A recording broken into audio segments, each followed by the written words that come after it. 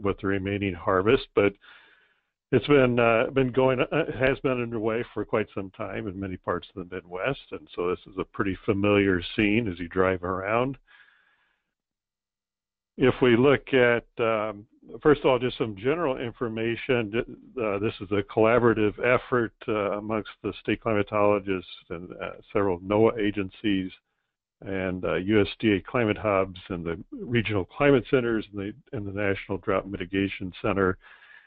And our next outlook this webinar will be on December 20th and be presented by Becky Bollinger at Colorado State University. And you can access this and all the other seminars or webinars at drought.gov and also the MRCC and High Plains Regional Climate Center. So there's places you can go. So we'll talk today, and then pretty soon that webinar will be posted online. So we talk about links and maps and stuff. You can refer to those.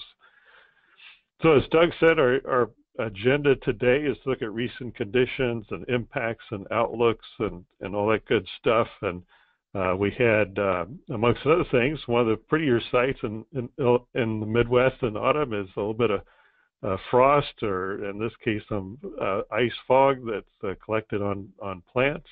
This is out of the Milwaukee office a couple of weeks ago. All kinds of great opportunities for fall photos out there. So I look back, if we go back all the way back to October, according to the National Center for Environmental Information, if we look at the numbers of the statewide average temperature rankings, basically the right half of the country was a little bit above normal. And in fact, if we go to the far northeast, it was much above normal, and several places in the New England area were at the warmest ever for October. Back here in the central part of the United States, it was above average in the eastern half and near average in the western half. So we just had kind of that strong gradient from west to east there of something close to average to something very warm out to the east there. Probably the coldest state in the central region that we're talking about today would be Wyoming, over there with a rank of 35. And most of the rest of them are in the top half of the distribution of warm Octobers. If you look to the year-to-date temperatures from January through October, boy, it's been warm all over.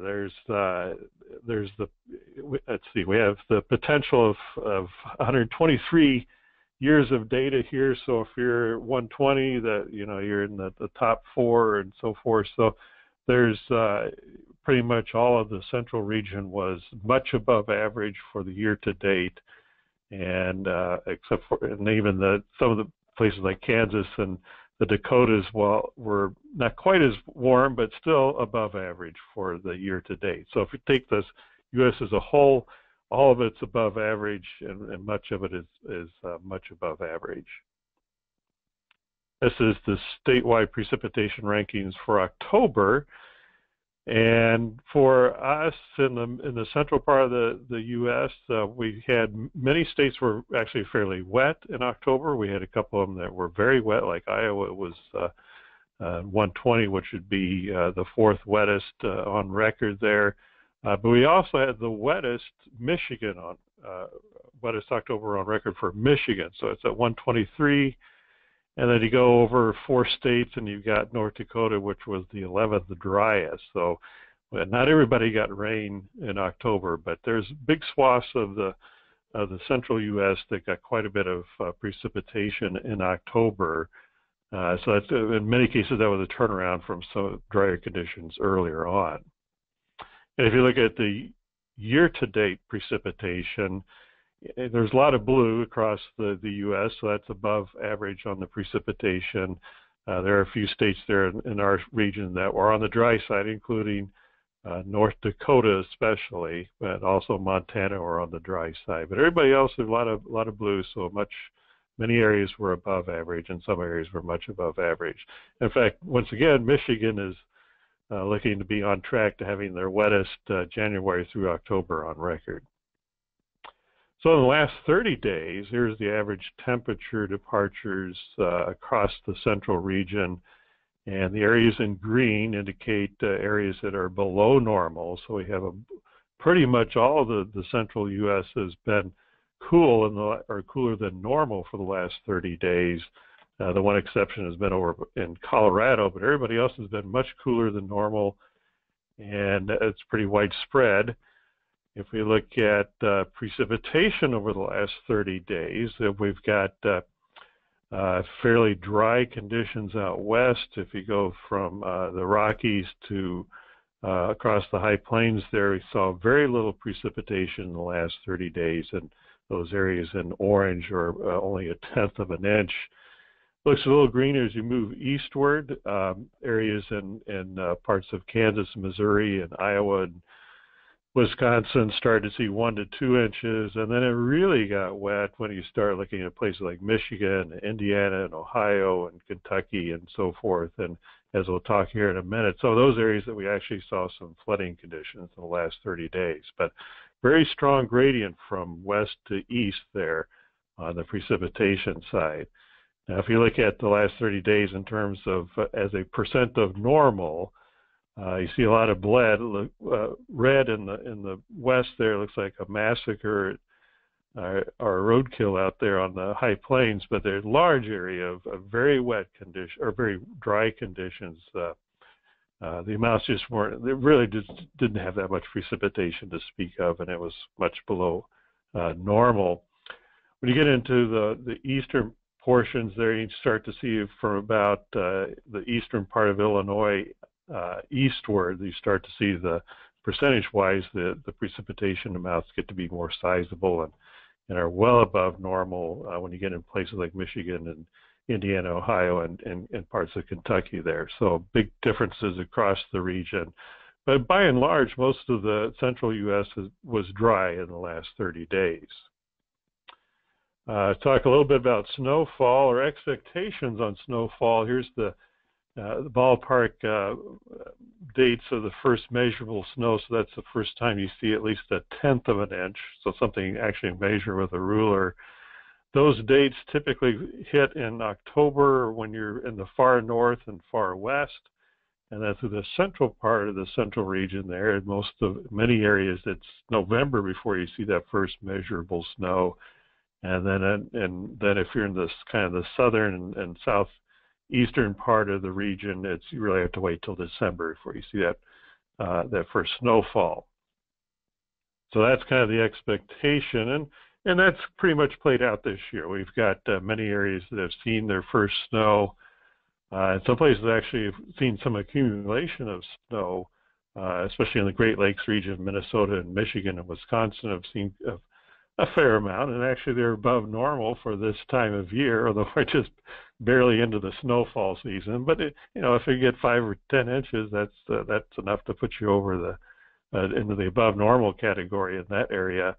And then you have to look farther west. So you look out in Denver and Wyoming and Montana. There's also some sizable snowfall amounts out there too. So in the 10 to 20 inch range out there. But everybody else, it's just been kind of hit and miss. I know here in Champaign, I've seen a few flakes on 1 or 2 days, and that's been about it so far. But that's where we stand on the snowfall. So very early in the season, but we'll see how that plays out. If you look at the snow depth, right at this moment, there's still some snow on the ground in North Dakota, Minnesota, Wisconsin, and the upper peninsula of Michigan. And then, of course, you also have all the snow out in the Rockies, so no surprise there. But so we do have some snow on the ground already at this point in time. Now, if you look back a year ago at this time, we had a totally different experience from what we've got this year.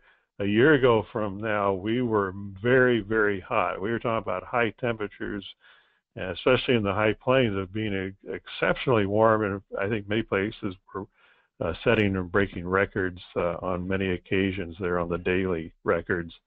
So very hot conditions across the Midwest and the high plains a year ago. So a big contrast to this year, where we're about 4 to 6 degrees below normal, and there we were about 6 to 12 degrees above normal. So a big difference in how things have played out in the last 30 days. Hey, Jim, can I interject? I forgot to say one thing, and I want to say something else about this year compared to last year really quick. Sorry to interrupt. So we're as far as El Nino and La Nina and all that stuff, Jim's going to get to that later. But last year we were also more or less under a El Nino, or I'm sorry, La Nina sort of condition last year. Now it started a little earlier last year, but it was considered a very, very, very weak episode, which sort of fizzled as it went along in the winter. This year, we're also under a La Nina regime, if you will, in terms of equatorial Pacific. Again, Jim will talk about that a little bit more. I just want to say, the reason I'm saying this is to show you that no 2 years, no matter how much La Nina or El Nino you're having, you can have these pretty wide variations, especially in October and November. We'll see more of its realization in sort of the winter season this year. The other thing I wanted to say is if questions come to your mind as we go through this, feel free to type them in the question area on the webinar thing on your screen. There's a question area so that we can look at those later and answer your questions either on the fly or at the end. I can also open up the phone at the end to anybody who wants to ask a question too. So you can raise your hand that way. There's a little way to raise your hand on the interface. Okay? Thank you. Back to you, yes. Jim. Thanks, Doug. That's right. Yeah, this is a totally different experience from last year in terms of temperatures and snowfall and all that good stuff. So a lot different experience. I've already my personal index is how many times I have to wear a flannel shirt to work, and I've done a lot more this year than I did last year at this time. If we look at soil moisture, as you probably know, we do not have an actual soil moisture network across the United States. Maybe someday. But in the meantime, we do have several models out there that try to model soil moisture. And and I just pulled up two of them here. They kind of showing similar patterns on the soil moisture of this area that really is from Arkansas and parts of Missouri and maybe spilling into Illinois that are still showing a lot of dryness in terms of soil moisture. And then we got a second area of concern up in the Dakotas and parts of Minnesota that also are behind or below normal on soil moisture for this time of year. Now the upside is that this is the time of year we typically recover on soil moisture. So it's the days are getting shorter, the crops are out of the fields, the temperatures are lower, and the evaporation rates are lower. So it's a lot easier to catch up on soil moisture this time of year. So many parts, especially many parts of the Midwest, will almost always catch up on soil moisture. It's a little harder in the high plains area, but they can still do it. So we'll see how this plays out here in the future. But we'll see what that does when we look at the forecast. This is stream flow, which is another good way to measure the health of the hydrologic cycle. So we've got for the U.S. here from the USGS a lot of greens and blues across the central region. There are a few oranges and reds and some areas of typically the smaller rivers and streams that are showing up with that. A couple areas out there in Kansas and Nebraska and Missouri that are kind of showing up as some hot spots of below normal flow for this time of year. And kind of like soil moisture flows in the fall are kind of in the recovery mode. They're kind of on the upswing because as soil moisture and everything else recovers, so does the stream flow, and so those will probably be coming up. And a lot of this that we're seeing in the upper Mississippi River Valley and the Ohio River Valleys are result of all those heavy rains. So we've got quite a bit of elevated flows in those areas. Let's see, in terms of the drought monitor across the central region, we've got some concerns down, especially in the Missouri area, where we've got everything from D1 to D2 down there in terms of drought. So it's moderate to severe drought. some lingering concerns in parts of Iowa, although it's kind of whittled away in recent months. And then we still have problems up in Montana and the Dakotas, with some areas still in D3 or extreme drought. So the region as a whole, if the positive side is 67% of the region has no drought concerns at this point, but then 33% is in either D0 or some stage of drought. So we're about 2/3 okay and 1/3 a little on the dry side. If you look at the change over the last month, there's a lot of areas haven't changed too much. There's been some recovery, especially in Montana, and things getting a little worse when we go into Missouri. So there's kind of two areas that are pricing the most change in the last month or so, as you can see on the color coding here. So, and then in the eastern part of the region, there's been a lot of improvement, and that's just because of all the heavy rains of the last 2 months there. So we've had a couple of bursts of really cold air come into the region. So again, this is totally different from last year, where we really had very mild conditions throughout October and early November. In fact, I think many of us were still waiting for that first fall frost this time last year. And now we've had some areas that have actually dropped down to below zero. If you get up in the Minnesota and some of those areas, they actually dropped below zero a couple of times. And many places have been down into the 20s. So for the most part, what we call the growing season has pretty much come to a close for much of the central region, as we've had at least 1 or 2 doses of temperatures of 28 degrees or less. So, a lot of things start to shut down at that point, and that's certainly been the case this year. There have been some comments when we had in some of the discussions the other day that the impacts on fall leaf color has been interesting this year, between the combinations of areas that have been too wet or too dry or too hot or too cold. A lot of the fall colors have been kind of muted, because they really like kind of a nice progression from warm to cool temperatures, and not too much stress from being too wet or too cold or too dry. So this year we've had some odd cases of no color, and then at the last minute we get hammered by the very cold weather, and the leaves just fall off, and with a little change in color. So a little bit of a disappointing fall color season, in my opinion, but that can't win them all, I guess. But soil temperatures across the Midwest and High Plains are generally running in areas here in the shades of green, or in the 45 to 55 degree range, and you get up into go north of there, you get into the blues, which are in the 35 to 45 degree range, and you get up into especially North Dakota and parts of Minnesota. They're already talking about soils that are starting to at least beginning to freeze during some of those cold snaps, and now I think they've kind of thawed out in recent days, but we're getting close to that time of year where things are going to start to freeze and stay frozen, especially in the northern parts of the central region.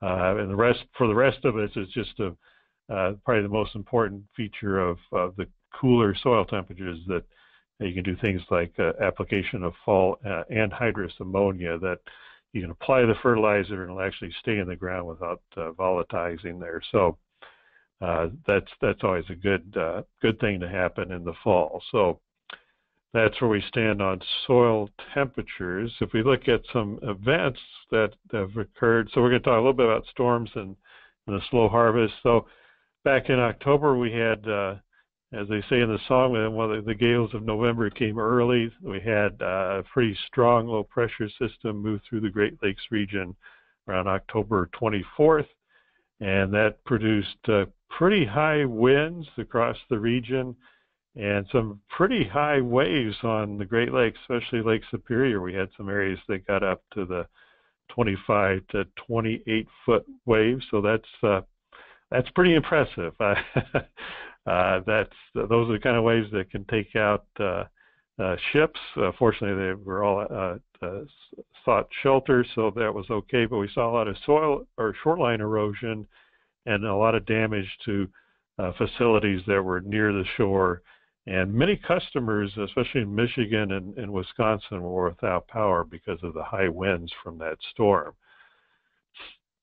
If we look at lake levels in general, while we're on the topic, pretty much all the lakes are above average on their lake levels, especially Lake Superior here on the upper left-hand corner. The blue line is what's going on right now, and the red line is what happened last year, and then the gray dots are the long-term average. So we're actually pretty high on all the lakes, and so when you have a storm like that, it enhances the damage that you can see from these events. We also had a tornado outbreak back on November 5th. We had a number of events, especially in Illinois, Indiana, and Ohio, about 21 confirmed tornadoes, and 5 of those were rated EF2, so fairly significant damage in some of those areas. So it's again, a little unusual to have tornado outbreaks this late in the season, but they do happen. We have seen those before across the Midwest, so this is it is noteworthy that we saw it in November.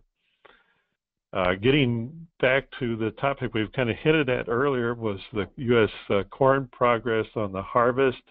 And this is a map of where we stand across the Midwest. So the primary number you're looking at is the percent harvested, and then the number in brackets is the change from the 5-year average. So for example, in Wisconsin, which has a darker color, only about half of the corn has been harvested, and that's 20% below the 5-year average. So we've got kind of many areas that you kind of would imagine, the areas that are very wet are a little behind on the harvest.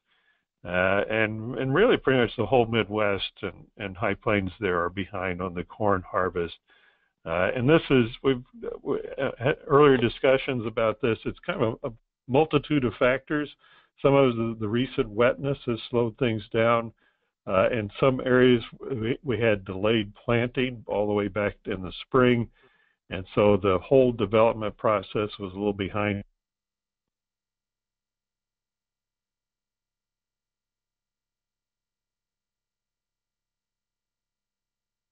Hello? Jim, are you still there? Dennis, are you there? Yeah, I'm here, Doug. Okay. Hey, Jim? Oh, I just died. Oh, now you're back. I'm back? Okay. All right. So that was interesting. It just all of a sudden quit. So hopefully everybody can hear me. Yes. So we were talking about the harvest. So that some of the harvest problems were that we had very wet conditions in the last couple of weeks that slowed things down. But we also have a lot of issues with low commodity prices. Means that farmers are trying to dry the corn out on the stalk, and so it's not very conducive for doing that right now with the cooler temperatures and rain and humidity. That's made it much harder for a much slower drying process, but they're trying to avoid the drying cost of taking it to the dryer. So that also has probably played into the slow harvest of what's going on there. So several things going on with the harvest. So that's so corn, for many places, the yields are good, what's coming out of the fields, but it's just very slow coming out. Soybeans the same way. Winter wheat, I think, is in pretty good shape across the whole region. I haven't heard too many reports of trouble. In fact, in many areas out west, they had some timely rains that helped moisten up that soil so we could get good germination and development of that winter wheat crop. So hydrologically speaking, if you look at across the major basins in the central region, the Missouri Basin, there's no major flooding. And the lower basin has been in really good shape, and the upper basin was dry, but it's getting better. So we had a lot of dryness in the Dakotas and Montana and so forth, but there's been some recovery up there. The Mississippi Basin has also had some recent rains that have eased some of those earlier low flow issues we had about a month or two ago. In the Ohio Basin, we've seen some flooding issues in the Ohio River Valley. Many of those related to the passage of Harvey a while back. So that does happen. We do see some tropical systems move through the central U.S. that can cause flooding even here.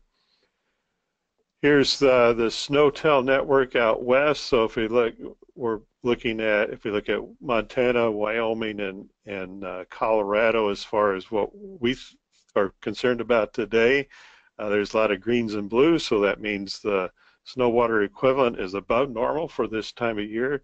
Now we're very early into the season, so that's not representing much of a snowpack, but what it does say is that what we do have out there is at or above average. There are a few spots in Colorado, especially southern Colorado, that are below average, but the rest of the snowpack looks to be in good shape so far. So that's something we'll be talking about as we move through the winter. And finally, we'll talk about La Nina. So La Nina has arrived. According to NOAA, a weak La Nina event has developed in the Pacific since we last talked.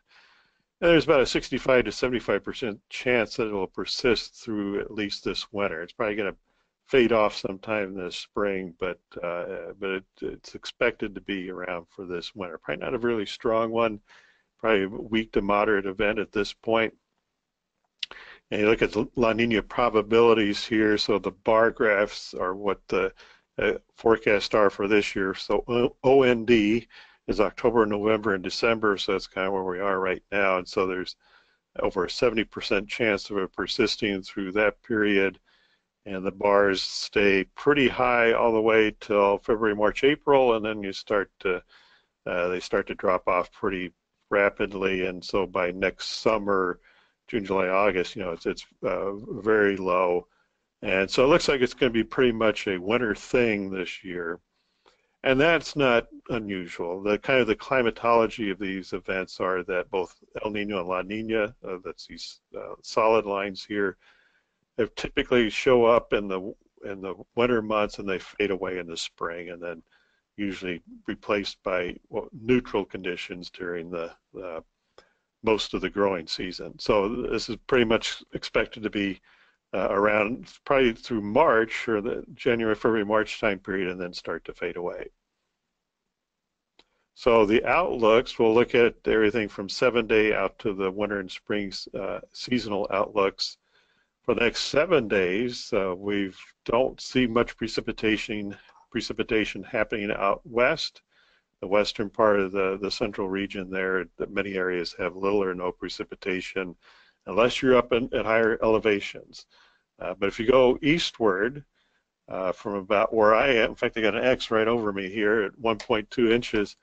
If you go from Illinois eastward, we do have a system that's coming through that's going to produce quite a bit of precipitation in those areas. And those are the areas that probably are going to least welcome that extra precipitation at this point in terms of what we see in the rivers and streams, and also with the harvest. If you look at the 8 to 14 day forecast, so a little farther out on the left panel, we got temperatures. For most of the central region, we have an increased chance of being on the warmer than normal side. And also for much of the central region, we have an increased chance of being on the dry side or below average on precipitation. So there is an area of increased chance of being above normal up in Montana and Wyoming and North Dakota, but the rest of the region looks to be fairly dry. So warm and dry for the most part, unless you're in Montana. If we go on to the December outlook, it's not a very exciting outlook in terms of temperature for us in December. There's a small band of increased likelihood of being below normal temperatures out from Montana through North Dakota. It's not a very big area and it's not a very strong area, so it's kind of hard to put too much weight into that. But most of the central region is in EC, which is equal chances of above and below and near normal temperatures. There is part of our area, parts of Wyoming and much of Colorado and a chunk of Kansas there that are part of that broader band of an increased chance of above normal temperatures across the southern part of the United States. Now for precipitation, it's a little more interesting. We've got this broad band of favorable for above normal precipitation, basically from the west coast, Oregon and Washington, all the way across the northern states to the Great Lakes region. And then we get an area in the southern part of the United States of drier than normal conditions. And so some of us are stuck in between there with the EC. But for the most part, probably the outstanding feature for the central U.S. is that band of increased chance of above normal precipitation across the northern region. We look at the 3-month outlook for our traditional winter months of December, January, February. Now they've got this area of an increased chance of below normal temperatures with a little stronger probabilities extending from Oregon and Washington over into Montana and the Dakotas and Minnesota there. So it's a little larger and a little stronger area than what they had when they had this forecast last month. So they've been strengthened that pattern a little bit there. It's kind of the classic La Nina signal in that region. And then we have this very broad band of increased chance of above average temperatures extending from California all the way to the East Coast. And many of the central region states are in that EC period, or areas, so we're kind of in between those two guys. So not much guidance there, or climate guidance one way or the other at that point. Now, precipitation, again, it's kind of a classic La Nina pattern with increased chance of above normal precipitation across the northern parts of the region from Montana all the way to the Great Lakes have very high probabilities, and then drier conditions in the southern U.S. So much of the central region has that increased chance of being on the wet side this winter. Now, we don't do a snowfall forecast, so it's a little hard to guess how that might play out, but those areas that are showing increased chance of below normal temperatures and an increased chance of above normal precipitation, you might conclude that those are areas that might see a lot more snow. As far as the March, April, May, which are traditional spring months, we see that area of increased chances of below normal temperatures really kind of hanging out there in the upper plain states, and then the rest of the area we see this broad band of increased chance of above normal temperatures. That's kind of expanded from the winter time. So you get into spring, that those areas start to push into Colorado, Kansas, Missouri, and points eastward there. So that's probably the big difference between winter and spring. Was this larger area with increased expectation of being on the warm side. And on terms of precipitation, we still have that La Nina pattern going where it's wet across the northern states and in favorable conditions for wetter conditions across the Great Lakes too. So that's, again, kind of a typical La Nina pattern that we see. And then dry conditions in the south, including Colorado there. So Colorado is a warm, dry spring. Many parts of the upper Midwest are going to see either cooler or wetter conditions during the spring.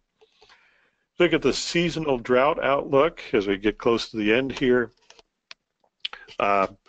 We have several areas that are showing drought persistence in the areas, parts of the areas in Montana and the Dakotas are showing a persistence over the next 3 months, and then that area that included Missouri and Arkansas, that area is also expected to persist. So those are the two areas that they think they'll be hard to get rid of that in the next couple of months. And some of that, if you go back to the maps, some of those areas that, like the Missouri one, is either in areas that were going to be EC on the precipitation, and in many cases were increased chance of being on the warm side. So it's a little harder to catch up when you're in those kind of situations. So, but that's we didn't have a whole lot of drought in the central region, but what we do have, they think is going to stick around for a while.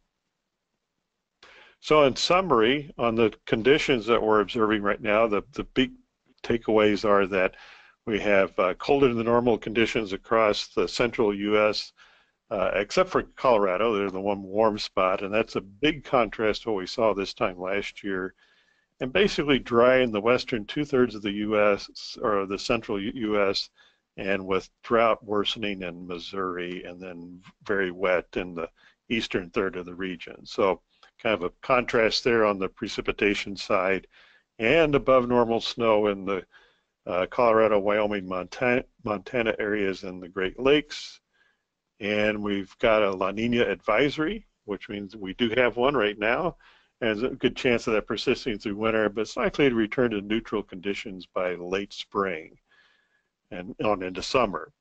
December wetter conditions are favored in the northern states from Montana to Michigan, and really not much to say on temperatures. And for the winter conditions, colder conditions are favored from Montana to Minnesota, and then wetter conditions across the north and the Great Lakes. So this winter may be a little different than last winter, which was kind of quiet and boring. So it might have some more excitement this year. And for further information, we've, as I mentioned earlier, we do record these and save these for the ages at the regional climate centers. And here's some other links to some of our other partners' websites. And you can find those when we post all this stuff on the web. And then today we've got a couple experts on the line to help answer questions. And with that, I think I'll stop here and turn it over to Doug. Thank you very much, Jim. Feel free to write your questions in or raise your hand or whatever. I'm kind of scanning through here. I do have a couple extra things to maybe show you that I forgot to send to Jim this morning, and I meant to. Let me just pull them over here. You're holding out on me. I did hold out on you because I thought after I sent you my comments about your presentation, I thought, oh, you know what, these kinds of things would be interesting. So do you see my screen? Yes. Okay. So I'm not going to take any credit for this. This is something that Mike Halpert from the Climate Prediction Center put into one of his presentations. But the thing I want to show you is this is what we call a composite of what La Nina has done in the past, and there's a list of all of the years that fell under the La Nina regime or whatever, had a La Nina signature through, I believe it's December, January, and February. Yeah, December, January, and February, which is when we see a lot of the effects from El Nino and La Nina. Anyway, this is a La Nina, what we call La Nina composite. Those are all the years that it happened. The coloring shows where temperatures were above and below normal. Okay, so you'll see in the high plains there's a tendency, as you saw in the forecast, there's a tendency for cooler than normal conditions to the north, and to the south you see warmer than normal conditions are often realized. So that's blending a whole bunch of La Ninas since about 1950 till now. It doesn't take into account their strength or anything like that. So I'm going to show you another map. Let's see if I can get to the next screen. Here we go. These are also composites blending La Ninas, but now we split them out. There's those previous to 1985 and those after 1985. Okay, and then you'll see the tendency is a little bit different than it now, if you will, since 1985 to what happened before. Okay. So before 1985, there was a pretty strong signal. If it's going to be a La Nina, and pretty good chances it's going to be colder than normal across at least the upper tier of states. And I think this is a fairly interesting thing because since 1985, that hasn't been realized as much. And you can see the warmth sort of expand across the southern part of the U.S. So that might be something you take into account, or we take into account, I'm sorry, let me go back to that. We take into account when we look at outlooks now. And then as far as precipitation, it's a little bit different and not as strong of a signal unless you live in the southern part of the U.S. All that yellow area has a tendency to be drier than normal. Again, this is only December through February. So that area tends to be drier. And this is again, not since 1950, all La Niñas blended together.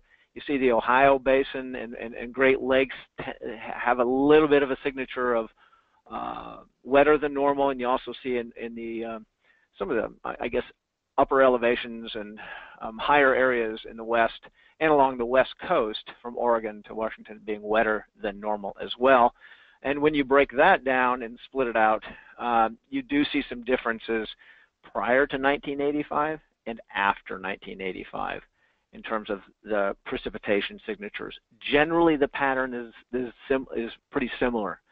Some dryness, some extra dryness, if you will, may be showing up in the southeast. In that Ohio region, maybe a little less strong in terms of certainty, in terms of being wet. Same in the northwest. Okay, I just thought that might be an interesting thing to add to this conversation, because we often do that sort of composite, but we use all of them for the whole period of our period of record, which is about 1950 till now. I mean, yeah, for these things. So just thought that might be interesting for you to see. Let's see if we have we do have a question here. Hold on. Paula Pesto asks, is there a reason for the difference in the impact of a La Nina system on temperatures since 1985? Yeah, you know, generally the simple answer to that, and maybe overly simplified answer to that, is that the climate has warmed a certain degree, and it's just not showing up as cold. We're not showing those cold tendencies as much because there's not as much cold air, and we just don't have the same. The climate has changed since then. In 1985, 1975 to 85, and there often is sort of a breaking point for a lot of changes that we see, climatologically anyway. Anybody else want to? Dennis, I'm sorry, I didn't introduce Dennis Toddy. Dennis Toddy from USDA Climate Ag Hub out of the Midwest is also on the phone. I don't know if he has any comments, or Jim along those lines.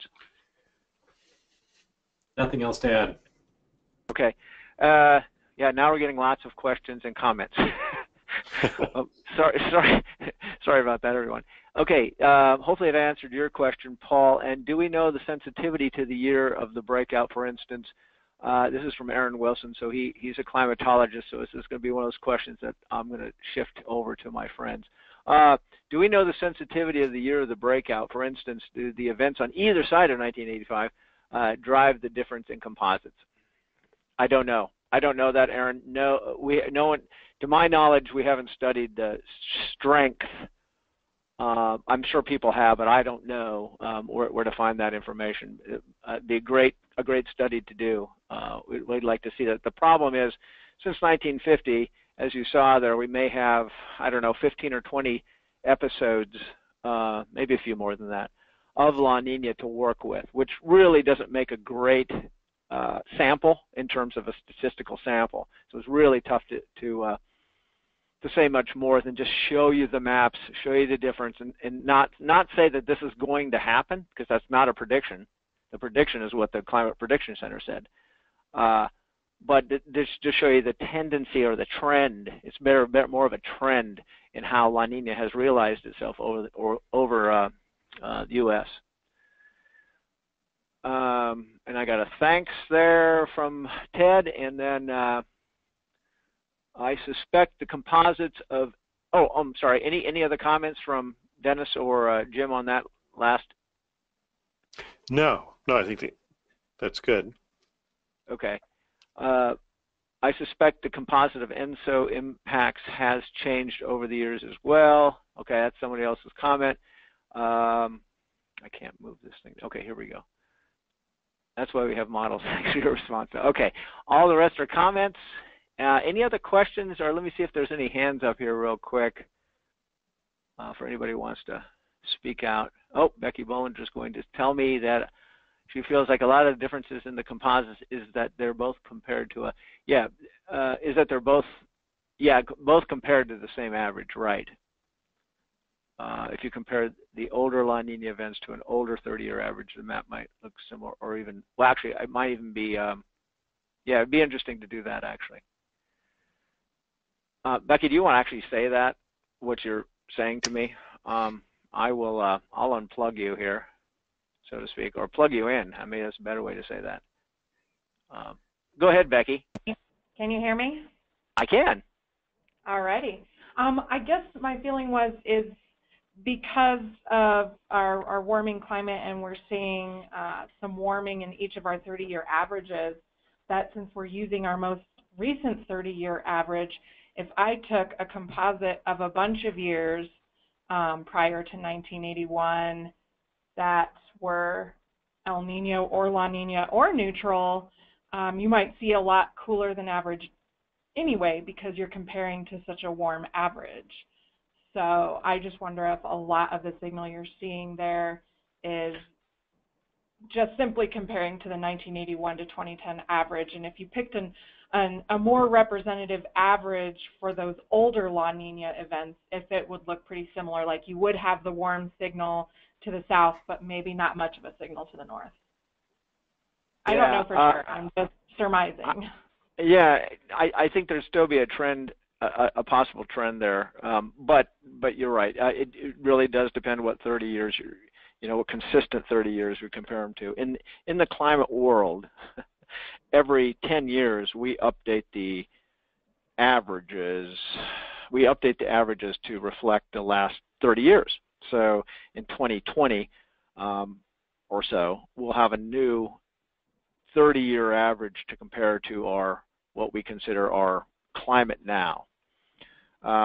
71 through 2000 was our previous one. Now it's 81 through 2010, which was actually made a few years ago. But yeah, it does matter how you which 30-year period you do compare it to. Any comments, Dennis or Jim? No, I think that's very true.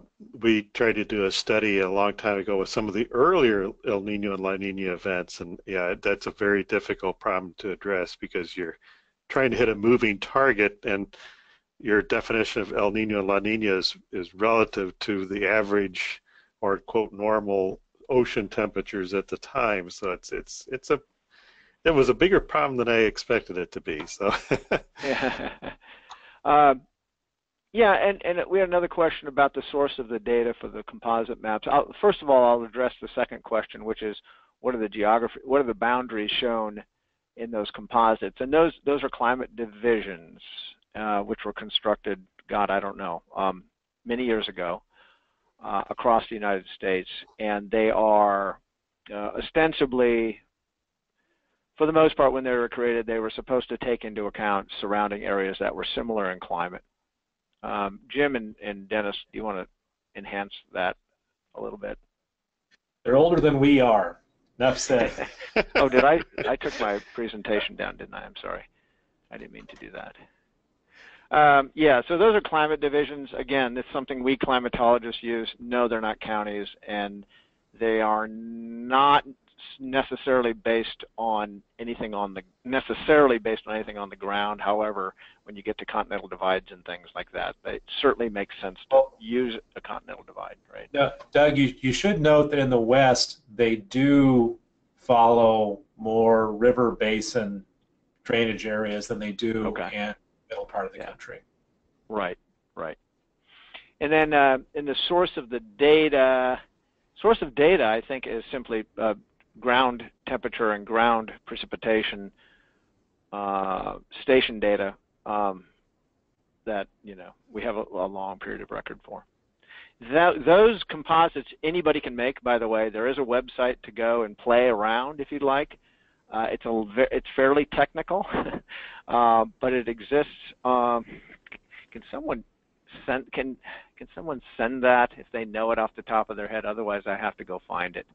I'm sorry I did not include that, but it's with the Earth Systems Research Lab, which is part of NOAA, the Physical Sciences Division, which is part of NOAA, out in Boulder, and they have lots of really kind of neat tools to fiddle around with things.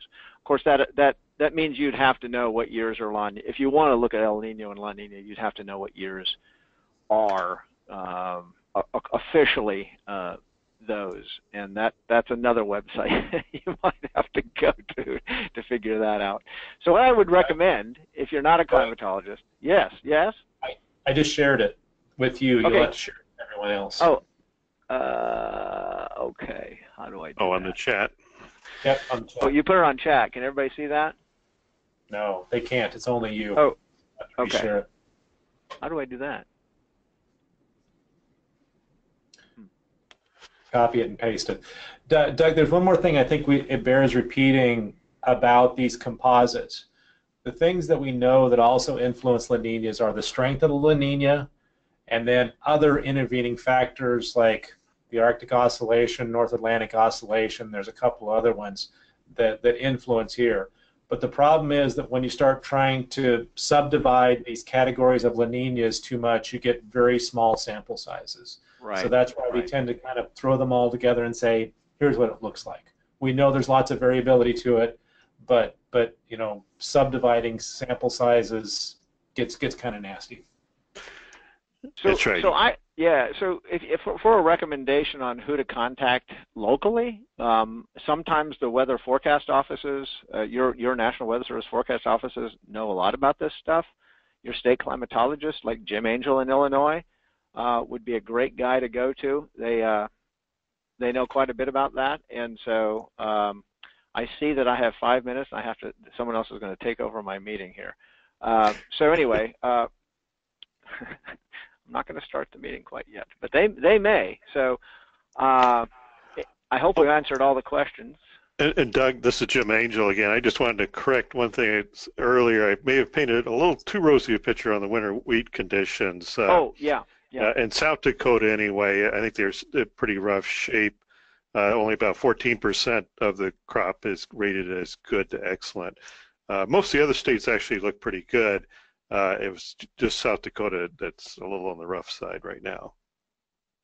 Thank you so much, Jim, and thank you, audience, for the great questions. And I hope it wasn't overly confusing. We'll try to confuse you again later in December, where Becky, who actually made the comment, will give us her outlook and presentation from the state of Colorado. Actually, is where she's from.